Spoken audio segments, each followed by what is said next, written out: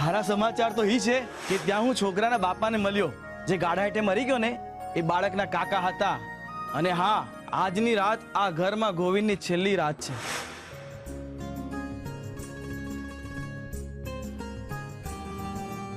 કેવો રૂડો લાગે છે મારો દીકો. મન કરે છે તું આમ જ મારા ખોળામાં સૂતો રહે અને હું તને જોયા કરું.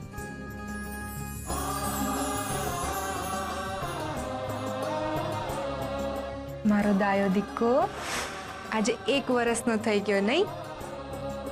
ખૂબ ખુશ રહો અને ખૂબ જીવો.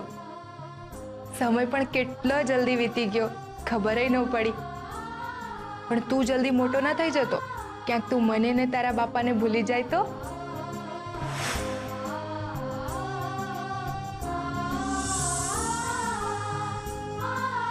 હાય હાય, આમ ટગર ટગર બાળકને જોયા ના કર, ક્યાંક મારા ગોવિંદને નજર નો લાગી જાય.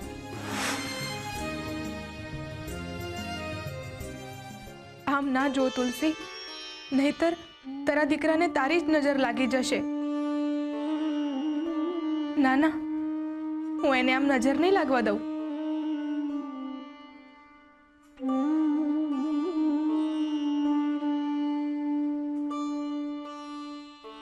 હરી તને હાચવે મારા દીકા. કાલે હવાર પડતા જ મારો દીકો મારાથી દૂર થઈ જશે.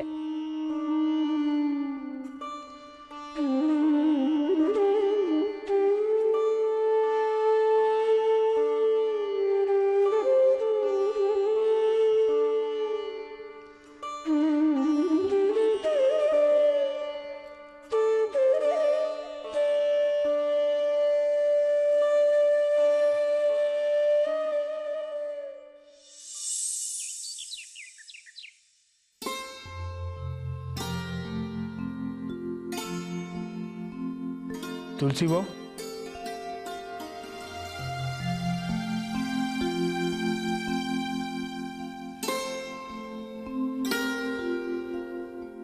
तुलसी बहू, અરે શુરાબા, બોલો ને, શું થયું? આ ગોવિંદના બાપા એને તેડવા આવ્યા છે.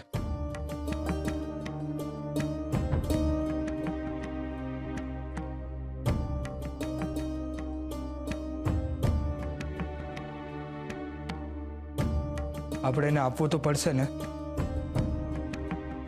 લઈ જાઉં?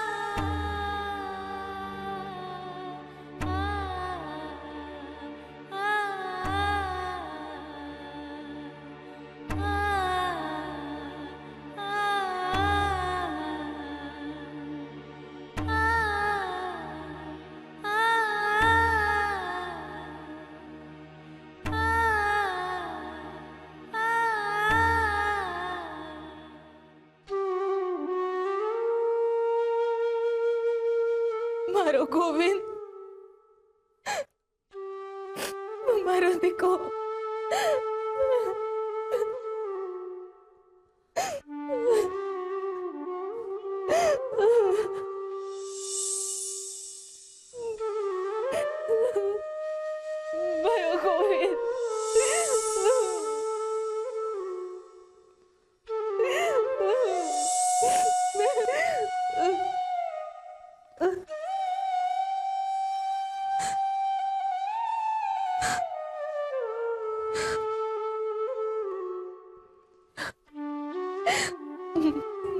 ગોવિંદ.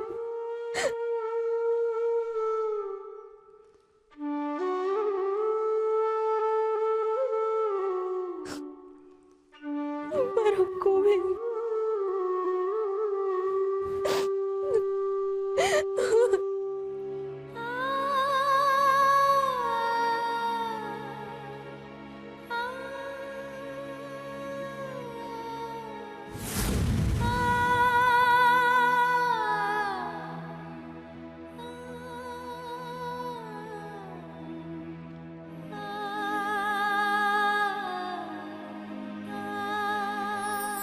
શાસ્ત્રાર્થ. શાસ્ત્ર એક એવું જ્ઞાન છે જે સિદ્ધ થઈ ગયેલું છે, જેની પર ક્યારેય શંકા ના કરી શકાય, જેને ફરી ફરીને તપાસવું નથી પડતું, જે હંમેશા અજર, અમર અને અટલ છે. જ્યારે શાસ્ત્રની જાણકાર વ્યક્તિઓ કોઈ વિષય પર ચર્ચા કરે છે ત્યારે એને શાસ્ત્રાર્થ કહે છે. પરંતુ આ ચર્ચાની શરૂઆત અને અંત ખૂબ જ સરળ અને સ્વસ્થ હોવા જોઈએ તથા આ આખી ઘટનાનો હેતુ પરમાર્થ હોવો જોઈએ. શાસ્ત્રાર્થ કરનારનો અંગત સ્વાર્થ જો એમાં સધાતો જણાય તો એ શાસ્ત્રાર્થ ન રહેતા ચર્ચા બની જાય છે.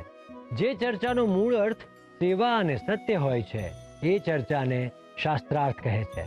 જે શાસ્ત્રના અર્થમાં સર્વ લોકો માટે માત્ર ભક્તિ વસેલી હોય એને જ સાચું શાસ્ત્ર અને શાસ્ત્રાર્થ કહેવાય છે.